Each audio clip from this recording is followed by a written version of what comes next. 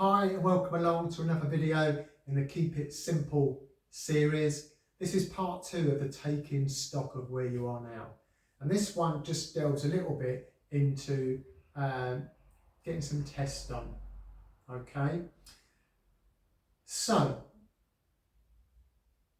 I think we all agree that we might have experienced in the past lightheadedness if we've lied down and got up quickly. So that lightheadedness, slight dizziness, we just got up too quick for the blood to basically travel around and provide oxygen to keep us sort of upright without those feelings. Have we ever accessed sort of like a low pressure of blood? So, unless you've got a medical condition. But have we ever experienced high blood pressure? I mean, I'm sure we've been in environments where we've sort of coined the phrase, my blood is boiling, when we're inside some rage. But it's not a feeling that sort of stays for a long period of time or that we relate to the pressure being on the blood. Okay? So I feel that if you're coming into fitness, mixing it up, or you've been sedentary for a while, the blood pressure is a very accessible, reasonable test to do regularly. And what I mean by regularly is I don't have any medical conditions personally, so I do mine every 6 months.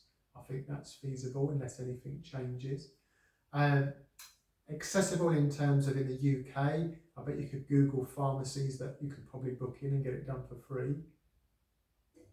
You could do it as a health check with the GP if you're of a certain age, and get in touch with your GP and just say, can I have a health check? It's been a while, or it's my first one, I want to know what's going on inside my body. Why is that important? Blood pressure.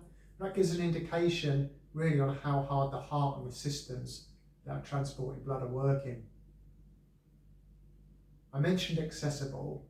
You can pick them up in plenty of stores in the UK for £20, and that's yours to keep.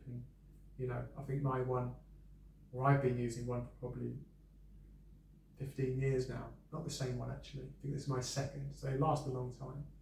If you haven't used it, it's a cuff that goes on your arm and a digital machine that you just hit the start button, and the cuff expands and squeezes the arm. Because what it wants to do, it wants to stop, resist blood going through, so it can measure the pressure, and then it releases. So that little bit of discomfort of an arm squeeze is just a couple of seconds.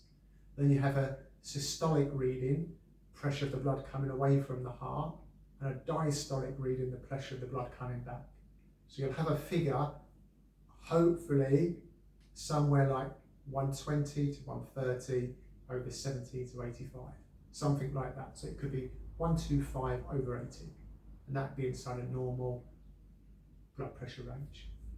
Why is that important? Well, like I said, if you can't feel high blood pressure, or you get used to the sensation of high blood pressure, because we adapt as humans quite quickly, if we have a high blood pressure or a low blood pressure, and I'd recommend if either of those turn up, you speak to your healthcare provider, your GP, and maybe even test it 3 times in succession and get the average reading and give them those details, okay?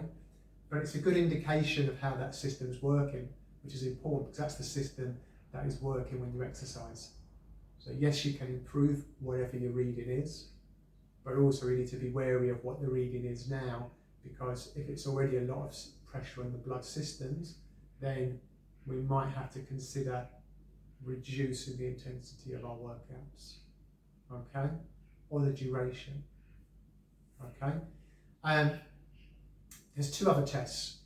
Another one is the diabetes test, so looking at how the blood sugars are working inside the body, and the cholesterol test, seeing how your level of cholesterol inside the body. Those are a more detailed test in terms of you draw blood for those tests, and all of those 3 form a health check if you're at a certain age, which is free at your GP in the UK. So you've got a way to get information about what's going on internally, which then might help you set up what you're going to do with regards to your exercise. Okay? So that's your part 2. It's a little bit different. It's a little bit diving in and getting some information about what's going on inside of you. But that could also help with what you do with your exercise. Okay? So I hope that's been of helpful. I hope that's been of help, I should say. And I'll see you on the next one. Toodaloo for now.